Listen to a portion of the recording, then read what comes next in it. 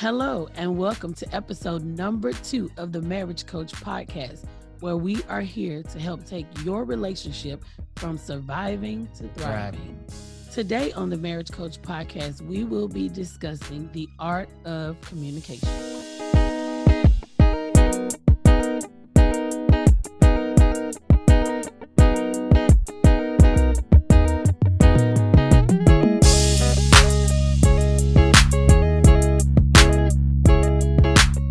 If this is your first time joining us here at the Marriage Coach podcast, we invite you to like, comment, subscribe, and share on all of your social media platforms if you find this information helpful. Yeah, so today we'll be discussing the art of communication. Communication is extremely important. Absolutely. Communication is vital to every relationship, and especially the marital relationship. Without communication, there will be so much difficulty, so much misunderstanding. There will be all kind of confusion and strife. If you don't understand what your spouse is saying to you, or you don't know, you will find yourself dealing with all types of confusion and all kind of misunderstanding. We communicating, but we have to be speaking the same language. Absolutely. I mean, you can't be speaking Italian and I'm speaking Spanish. The only thing we understand is English.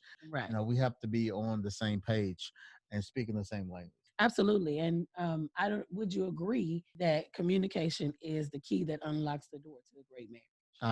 Absolutely. Absolutely. Yes. And I feel that way because I believe that, for us, when we begin to work on our communication skills and when we really honed in on focusing on communicating better with each other, things that were, even though we already felt that things were good, they became better because now I understand, we are talking more. So communication is very vital, and the art of communication and mastering that is necessary for a marriage to go from surviving to thriving. Right. I'm not an artist, but I've seen pictures and I've watched, the little thing where they've painted online. And when you see things like that, you'll see that the artist will oftentimes step back and he looks at the picture and he sees where you need to put a little bit more green or where you need to shade a little bit more. And that's what working on communication in your marriage will do for you. It'll show you those areas where you need to put a little bit more green or maybe a little bit more shading. Early on in our marriage, we had issues with communication. Absolutely. And one of the things I know, the issues with our communication, it caused us to always be frustrated. Not all the time frustrated with each other, but sometimes frustrated with ourselves. Absolutely. Because of the lack of okay, I'm trying to explain this, but you're not getting this. And I'm frustrating myself, I'm also frustrating you. So that's one of the things and key things we have to definitely be careful with communication. Also the thing that I think about is that I'm sure I frustrated you in times in the beginning because I may not have clearly communicated. I didn't express or didn't say what needed to be said or expressed. And so therefore, a part of me is thinking that you just know, or you are saying you shouldn't know. And that's not, you can't do that with communication because no one is a mind reader. They can't just know that you're feeling this way. They can't just know that you want this. So today we are going to unpack 3 C's to the art of communication. These 3 C's would help our viewers to be able to communicate better and to be able to understand why communication is so important to your marriage and any relationship, whether you're dating, you're engaged, you're planning to be dating, you're married, you're, feeling like your marriage is on the rocks, whatever it is, or even if it's going great, just are continuing to work on the art of communication. I don't want to say perfecting because we're human beings, so we're always working at being better. So just working with these 3 C's to have better communication in your relationship. All right, so let's do this. So we have 3 C's today. So let's go ahead and go with the 3 C's. What's number 1? Number 1 is to simply communicate. All right. And when we break that down, that means to talk. It means to open your mouth and share with your spouse. Share what you need, share what you want, what you desire, share what you're thinking, share how you're feeling, to talk to your spouse. I mean, I've said this before. We talk a lot. We talk mostly every morning getting ready for work. We talk every night. We talk a lot. And I think the fact of us doing that over the years it's increased, because before we didn't do that. But in the last, I don't even know how many years now, that's what we do. We talk. And I think that that is something that is very important. It has been vital to our relationship. Talk. We start off the morning talking. We end the day talking.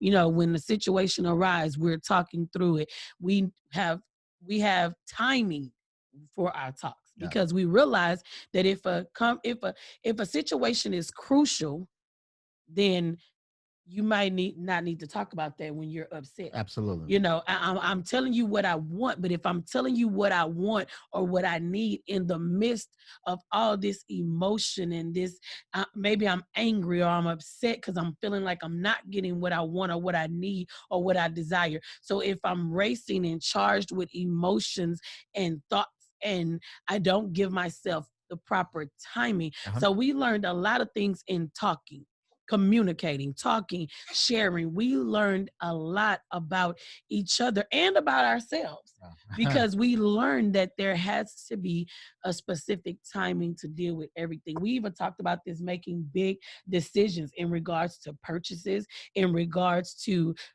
business.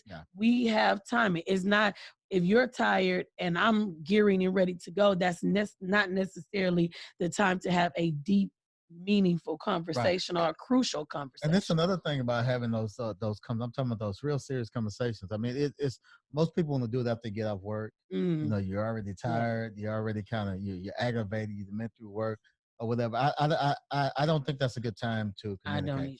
Matter of fact, even in us in our relationship, one of the things we always done, we always practice, talking when we're fresh, having a conversation when we're fresh, and not doing it when we're tired. If we're tired, if we had a long day, we'll save that conversation for another day. But this is the thing, because crucial conversations, it's easy to put them off. It's easy to put them off and just keep pushing it week after week. So don't make it an excuse that I'm tired and we should talk about it later. No, you need to schedule it. Schedule the time, and you need to make that happen. So, and one of the things, even with communication, talking to a lot of men, come on, sometimes the wife can over talk about something that in my mind, sometimes you're talking about things that in my mind, that's like you're giving too much information, to the question that I ask. And what it does, it causes me as a man to begin to draw out. It's like the Snoopy, the Snoopy, right? I mean, it's like the teacher, womp womp womp. That's what that's basically what I'm hearing. Kind of tune out. Then you come to me, let's say a week or two later, and you ask me a question, like, "Hey, you remember I talked to you about so and so so and so?" I'm like, "No, you didn't." "Yes, I did. I talked to you this." And I was talking about cheese and bread and butter and all that to go along with it. And I tuned out. I tuned out on the cheese bread. And then when you got back to the point of talking about talking about the nuggets and the things that matter, I was already still tuned out. So I also, so we talked about the number one C is communicate. And we said that is talk. That's to express, that's to share. But then what we talked about was, we're saying a little bit about timing. Like, you have to make sure that you're communicating at the proper time, especially if it's something that's serious. You mentioned Crucial Conversation, which is a book that we read. I can't remember the author, but we read Crucial Conversation. And the thing about it is, we read this book together. So we learned something about the art of communicating together, which is good. And then something else you talked about, I think is important, and this is going to lead into our next point, but it's important. This is to my sisters. And I'm speaking from experience. I want to give you this nugget. Be mindful of your tone, of your pitch, of your volume, and things of that nature when you are communicating, when you're talking. What you have to realize is that if you have a certain personality, your verbiage, the way you talk, your tone, your pitch could become like very authoritative, or it could come to a certain manner or form, and Right. that person will do the same thing you said with the tuning out when you're giving too much information. And sometimes we can make, and I guess guys can do it too. I'm speaking from a woman's perspective because I am a woman, but I guess guys can do it too. If you're not careful with your tone or with your pitch, that person can't even receive what you're communicating to them because they feel like you're talking at them instead of talking to them. Well, even in our relationship, we had that we had that conversation before, Absolutely. Absolutely. about even sometimes my delivery. I Mhm. can be a bit aggressive because the truth of the matter is it's so. And this is the thing, even with marriage, and learn that, especially leadership. It's so I don't, and I'm still trying to figure this out. Why it's so easy to be, the kind of easy on everybody else. But when you're But dealing with your more relaxed spouse, and you're more comfortable with your relaxed, spouse. Yeah. comfortable, and You let it all out the gate. you just kind of let it All out. at the gate. And it's Yeah. like, maybe we need to practice, dealing with it the Yeah. same way we deal with a relationship that you're trying to build. Mm-hmm. We tend to eat, we can say what we We're want to say, but gentle. we're gentle. We're like Mm-hmm. a gentle giant, Yeah. and we give the information out. But when we're dealing with our spouse, somebody that we're comfortable with, it's so Just easy go to just for it. lay it all out the table. Mm-hmm. And this the thing, it's like you won't do it with somebody. If you try to build a relationship with somebody, we tend not to act like that with people we're trying to build a relationship with. And sometimes we give ourselves justification for not properly communicating by saying, I shouldn't have to do all that. I should just be able to be myself. I shouldn't have to explain all this. I shouldn't have to explain all that. But thinking about what you said, when we were dating or when we start to get to know somebody, this is the thing. You just said something that really, really, it just turned the light bulb on for me. When we're dating or when we're getting to know somebody better, we do nothing but communicate. Nothing. Sometimes we on the phone with them all day, all night. We texting all day because now we're in that day and stage when we were dating, we were on the phone. But now you're texting and emailing and all of this. So when you're trying to get to know that person, you want to spend time with them, and you talking nonstop. You're talking about your hopes and your dreams and your desires and what you want, and you're doing all of this talking, because that's our first point. Communicate, the first C, communicate, talk. You're talking, you're sharing everything, and we're careful, like you said.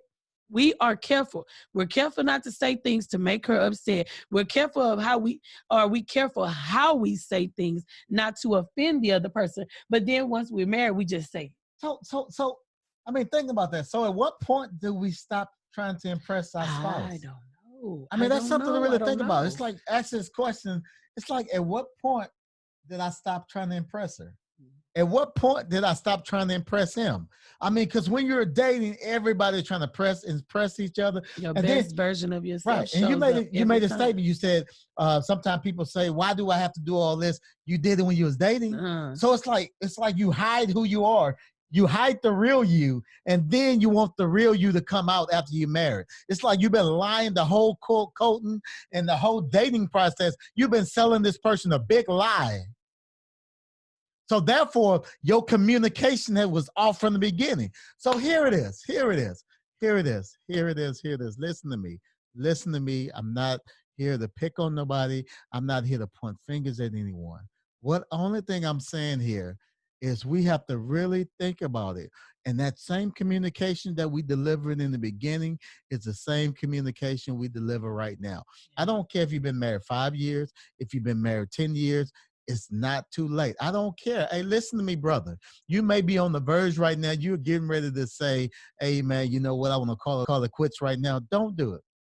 Don't do it. Give it a chance. Give it a chance. Say, you know what?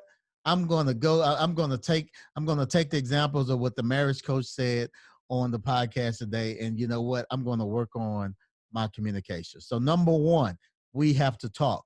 Number one, we have to be honest. You can't just have communication and you're not honest with each other. Tell the truth. Once again, like you do a lot of time when we're dating. If you're talking or conversating a lie, the truth will come out because you're Eventually, going to yeah. get tired of faking. You're going to get tired of being something Absolutely. that you're not. So here's a lesson in the dating period. Some of you, if you listen to me and you're dating, be honest. Yeah. Be Tell honest. the Don't truth. sell a lie Tell while the you're truth. dating. Tell the truth. Mm-hmm. Tell the truth. It makes things so much easier. It makes things so much easier in the relationship when you're bringing the truth out in the beginning. Absolutely. And I want to say this to those that are dating. I think you should be communicating, talking a lot, talking a lot. And then you also, when you're talking, a part of communication is talking. But then there's a second part, which is listening. And you have to pay attention. You have to pay attention to what's being said. You can't only just talk. You have to listen to the other person. So we can't communicate and have a conversation. If I'm talking, that's a monologue. For us to communicate, we have to have a dialogue. Absolutely. So there has to be a sender and a receiver. Right. For each thing. And that's important. So, because some people say, oh, I did talk a lot. I talk a lot. I talk a lot. I tell them all about myself. I tell them this, and that. But you're not listening to anything that they have to say. And if you're in the process of dating, this is the time that you want to share what you want, your hopes, your dreams, your desires. If you are already married, it's like he said, even if you think it's almost over, it's not too late to share your hopes, your dreams, your desires. What was it in the beginning that made you think or feel that this person is the one and you wanted to marry them? You went through the whole process. What was it then? Talk about it. Why? Even if you feel like you're on the verge of saying it's over, I'm done, I'm out. Talk, communicate with your spouse why you feel like you're done, why you feel like this is over. Whatever it is that you feel, discuss it with your spouse. Absolutely. And I think that's the best way to do it. Communicate. Mm-hmm. Explain Talk. why. Explain why you're sick and tired of the relationship. Mm-hmm. Give your spouse opportunity to fix the why. Yeah. Maybe they ain't doing the why because they didn't know the why exists. They didn't know because of the lack of communication. They didn't know that's what you wanted. They didn't know they were doing this or saying or being wrong in this instance. Explain your why. Give them an opportunity. That's right. Definitely. So the first thing is communicate. The next thing is confirm. Let's talk about that. To confirm means to ask. And that's what we talked about, a sender and a receiver. That's asking on both parts. If you're the sender, your point to confirm is, did you understand what I said? Absolutely. Did you hear what I said? Do you understand what I mean? Yeah. Or this is what I said. I said, I don't, blah, blah, blah. What does that mean to you? Yeah. So that you're now asking a question to confirm that person understands what was communicated. Because if you communicate with me, but I don't understand what you're saying, or I have my own view or my own idea of what you're saying, it doesn't matter. The whole communication, the communication point, the dialogue point doesn't mean anything if you don't understand what I'm saying. And I think that's a thing. And I think, and oftentimes, and she would tell you, I get on her nerves sometimes. Yes. I think she probably accepted more now because she understands. I'm definitely she understands it now as far as the confirmation.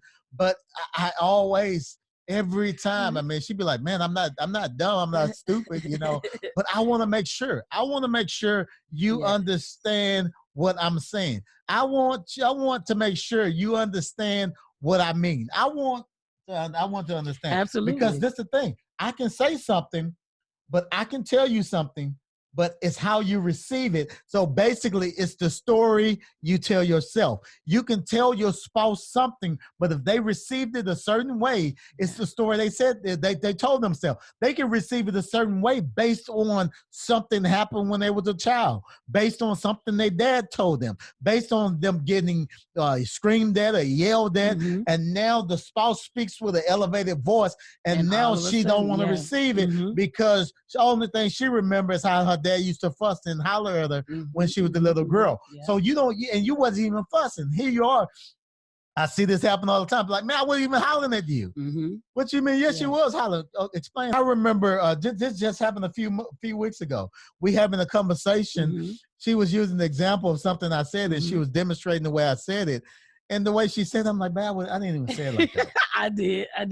I'm And like, you man, you you've just animated that to the. you've But oftentimes asked me why you doing my voice like that. right. I mean, it's like, Because it's how I heard it. that's what I'm saying. Mm-hmm. So that's the way, the confirmation. That's the way you heard it. Mm-hmm. So that's the way you heard it. Mm-hmm. It doesn't matter how I delivered it to Absolutely. you. If that's the way you grab the package, Mm-hmm. that's the way the package is. Mm-hmm. It's how you receive the package, not always how you deliver the package. But here in this step, to confirm what I have to do, the responsibility that's on me is to make sure that what I received is what you said, because that or what you meant, how I feel you delivered it. Like I said, when I repeated to you and you said, babe, that's not even how I said that. I said, well, how did you say it? And you said it again, and I was like sitting there and I'm playing it in my head. And then I think about it, and it still took me some time to say, yeah, he did say it like that. Listen to this. Today, I just got some packages in the mail today. Mm-hmm.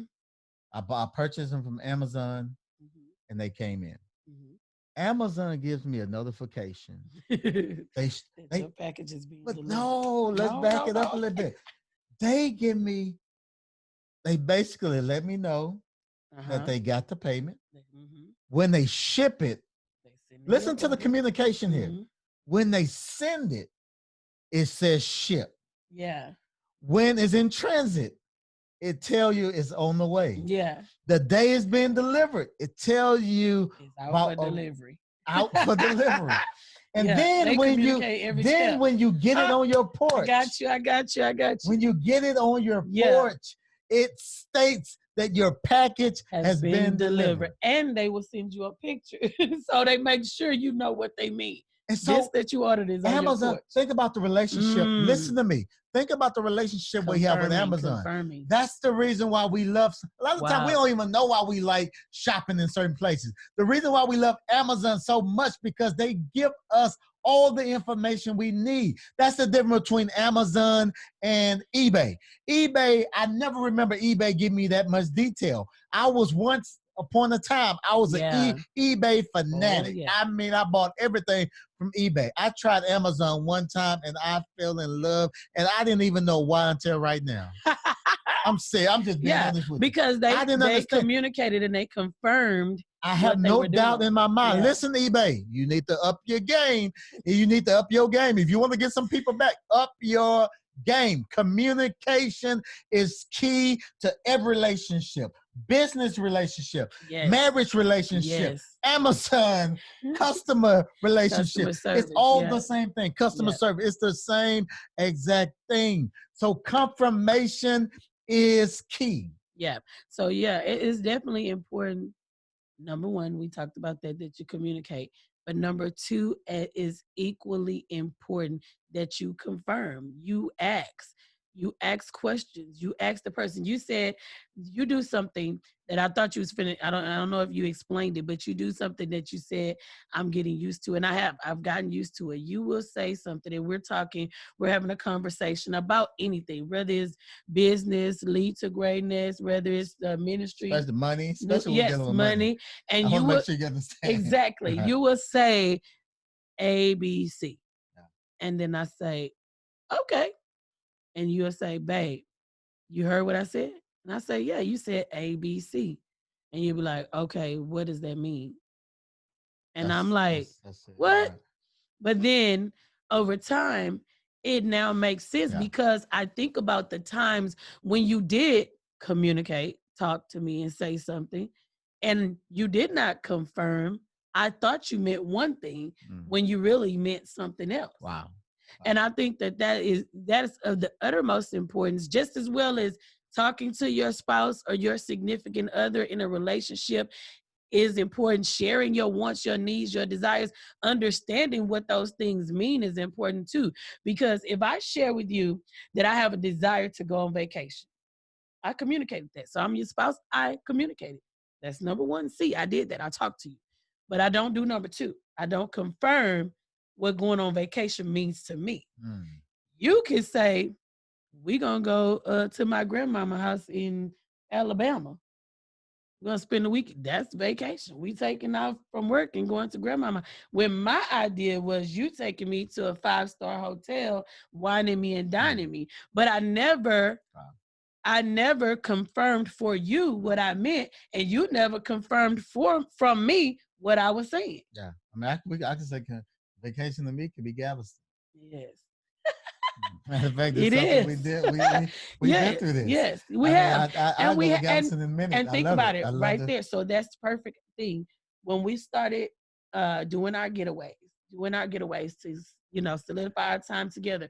So COVID squashed that. Go listen, ahead. I had this idea, like, because we've traveled some places. God has blessed us to do that. So I had this idea that these 2-day getaways was going to turn into all of these elaborate trips, right?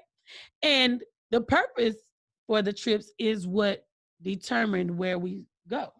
Because once we sat down and confirmed what the purpose for the trips was. The purpose we have all this stuff going on in life. We have full-time jobs. We're full-time ministry. We're starting business. We have a family. We're full-time everything. Everything has to be done at the same time. And so these 2 days that we take off before COVID to do these getaways, and I think it was maybe getaway number 2 or 3. Because I was like, why you keep booking rooms in Galveston? I'm like, I don't want to keep going to Galveston. And he was like, well, where you want to go?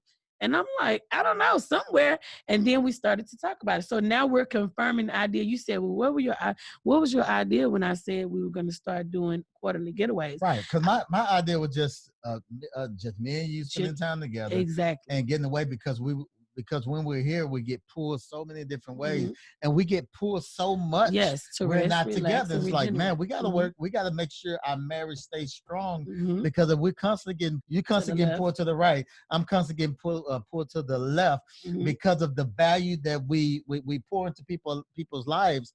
It's like, man, if we don't make time for our marriage, we're gonna. It's inevitable.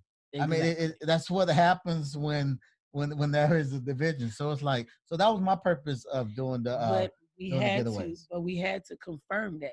Right. Because like we said, this was a couple of years ago. We you was taking a Hawaii trip every my idea was we going to Washington, we going to Seattle, we going to Dallas, we going to, and you also expressed that, oftentimes, and this was confirmed before the vacation thing, we're mainly leaving on Sundays. Yeah. And a lot of times that's after you preached. And you're like, I'm not going to drive 8 hours. I just got through preaching. Yeah. So but this is the thing. Once we communicated and confirmed each other's, so you gave me I gave you my expectations, which was my confirming for you what I thought the quarterly getaways were. And then you confirmed for me the reason why you wanted us to do them, or thought it would be a good idea for us to do them. And once we did that, I thought about it, and it was like that. It's like, you know what? That's right. Because we're going in 50 million directions, many days of the week, weeks at a time, months at a time. So this 2 days is really just about the two of us coming together, relaxing, doing nothing, regenerating, and enjoying each other. And after that, it was like, hey, it's Galveston every time. Because it's not about me taking pictures and finding seashells. It's not about searching for the blue water. It's about us resting and regenerating together. So those things both of us had to confirm. So confirming basically means that you are letting your spouse, making sure your spouse knows what you are communicating. And then your spouse is making sure they understand what you're communicating. So you mean to tell me the vacations wasn't about taking pictures for the gram? No. Oh, okay. You need to stop. Oh, you need to stop. So, just to confirm what they're saying, you say to your spouse to confirm, this is what I heard you say. This is what I heard you say. And we oftentimes do that with each other. This is what I heard you say. Spouse can tell the other spouse, no, that's not what I said. Or yes, that is what I said. Okay.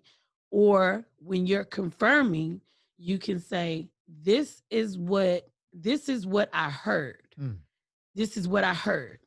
So then you tell them what you perceived that they said, and they are now confirming if that's what they said or if it's not what they said. And that also helps you to see when you're not truly understanding what that person is saying to you or trying to share with you. Because the truth of the matter is, a marriage is two people from different upbringings, from different, you have different point of views. You're merging together to create one life. But at the same token, you see things differently, you hear things differently. Just like I said, we talked about something that happened a few weeks ago when I heard something completely different than what you said. But had we not went to the step to confirm what I heard, then we would have gone on and moved forward not knowing that I didn't hear what you really said, or I didn't even understand what you said, or I perceived it different than you said it. Whatever it is, this confirming, number two, confirming helps you to me, it's ironing out the wrinkles. It's not leaving anything to chance. Well, I hope he understood me. I think she got what I was saying because it's making it clear. You're asking questions. So we've got number one, you communicate, you're talking, you're sharing, you're explaining, and number two, you're confirming, you're asking questions, you're answering questions. Yeah. Because you're making sure that it is clear what you are saying is understood. Right. Yeah. So that's the important thing of comprehending. Mm-hmm. Yes. Comprehending, making sure what was said has been comprehended. Mm-hmm. All right. So number one is communicate. Mm-hmm. Number two is confirm. Mm-hmm. What's number three? Number three is to compromise. All right. Let's talk about it. To compromise is to give a little. Mm. You have to be willing to lean a little in your spouse's direction. Okay. You have to be open to see their point of view, see their heart, see their ideas, what they are saying to you. Give a little, get a little. That's what you're doing. You're giving a little. So you have to be open to see the other person's heart, open to see the other person's idea, open to see the other person's perspective, open to consider your spouse's thought process, open to consider what they are saying to you. We've talked about with couples the question that you would always ask every year on our anniversary, like, what can I do to be a better husband? And I used to think, like, why in the world would you ask me that question on our anniversary? But that was, to me, your compromise. That's you wanting to know, what are the things that I need to give a little bit on? And when we're communicating, when we're talking, and we're talking about mastering that communication, we also have to give a little in receiving information, because a lot of times it's hard for someone to communicate with us because we want it to be delivered the way we want it to be delivered. And if it's not delivered that way, we can immediately do what I did, and you can get on the defense, or you can put up a wall, or you reject what they're saying simply because it wasn't delivered the way you want it to be delivered. So sometimes some compromise is going to have to happen, and you're going to have to say the ultimate goal of what they're trying to get to. If there's something about finances, really, we're trying to be better, or we're trying to get out of debt. He's not saying this or that about me, or she's not saying this or that to me. Yeah.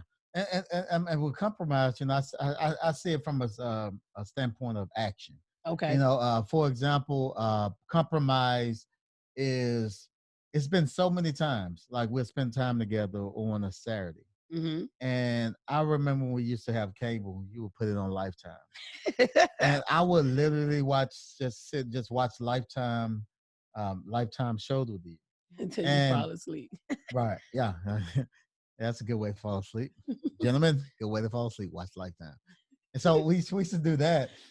But it was things like a compromise. For example, I cannot stand shopping. Oh my I goodness. hate them. I do not like the mall. And I love And she love it.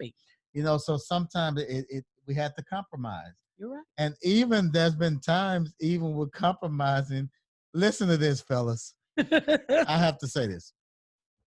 Even with compromising, one time she wanted to go to the mall. I compromised and said, okay, I'm gonna go with you. Mm-hmm. But the whole time, the whole ride there, I partially compromised. I compromised with my actions, but I didn't compromise in my feelings. Because when we got to the mall, it made your experience a horrible experience. Because all I want to do is sit down. I wasn't engaged. Yeah. You go by the shoes. I mean, and I'm saying, babe, how this look? How that look? You like, where the chairs at for the men? Yeah. I mean, and I was really, I'm like, I mean, I don't even know. If we was there 10 minutes, it seemed like 2 hours. And I'm like, okay, you ready to go yet? You know, man, you gonna keep looking at those shoes? I mean, man, you ain't got the shoe. Pick what you want and let's go. You know, I mean, cause that's me. It's like, man, get it and go. I mean, I go in the store. When I go shopping, I already know before I get there. I'm looking for a red shirt. If I can't find a red shirt, I'm a bounce unless I see something, whatever. But I mean, I'm going in for it. I come in for it and I'm out. You know, that's my shopping experience.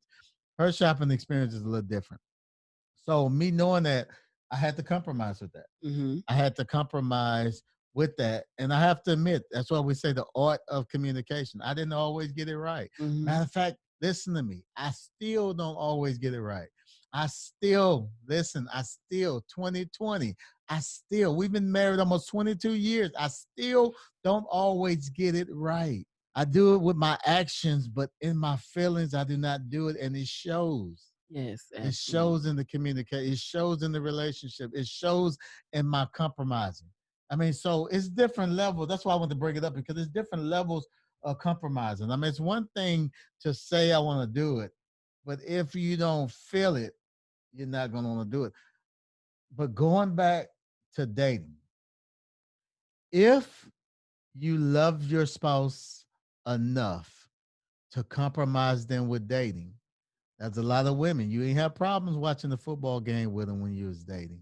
Mm-hmm. Properly functioning relationships, there is give and take.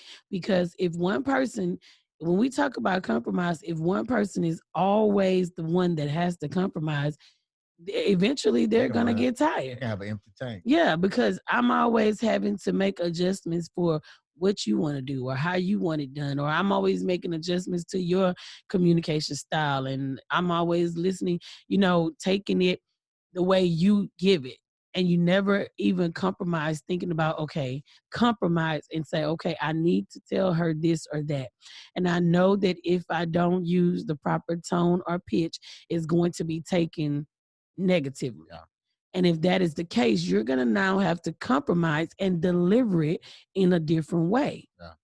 You're now going to have to compromise and say, okay, I realize that if I'm not slowly speaking, then my husband is going to take this as me fussing at him.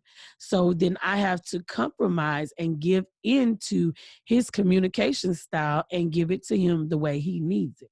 Yeah, compromising all about adjusting. Yes, it is. And like you said, it's about your actions and how you respond to things. It's about you adjusting to what the other person needs. I think we learned to compromise very well. I remember in our first home, we compromised.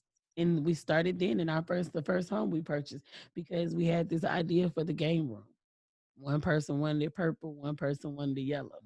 So we painted purple half, we painted it half purple, half yellow. And it was beautiful. We, everybody used to be like, oh, y'all Lakers fans. Like, no, we just both wanted a different color. So the way we painted it, the walls, and it actually went with the furniture, everything, it was a theme for us. Yeah, so compromise is very much necessary in communicating. So, okay, so let's do a recap on the art of communication. The number one is communicate. Number two is to confirm. Number three is compromise. But we thank you for joining us today for episode number 2, The Art of Communication. Absolutely. And we would like to invite you to like, comment, and subscribe wherever you are watching. We would like to invite you to subscribe to our YouTube channel and go ahead and click that notification button so that you won't miss any of the content that we'll be uploading every week. Absolutely. Once again, we want to thank you all for joining us today on Marriage Coaching Podcast. Looking forward to seeing you again on next week. Till then, remember, we are here to help you take your marriage from surviving to thriving.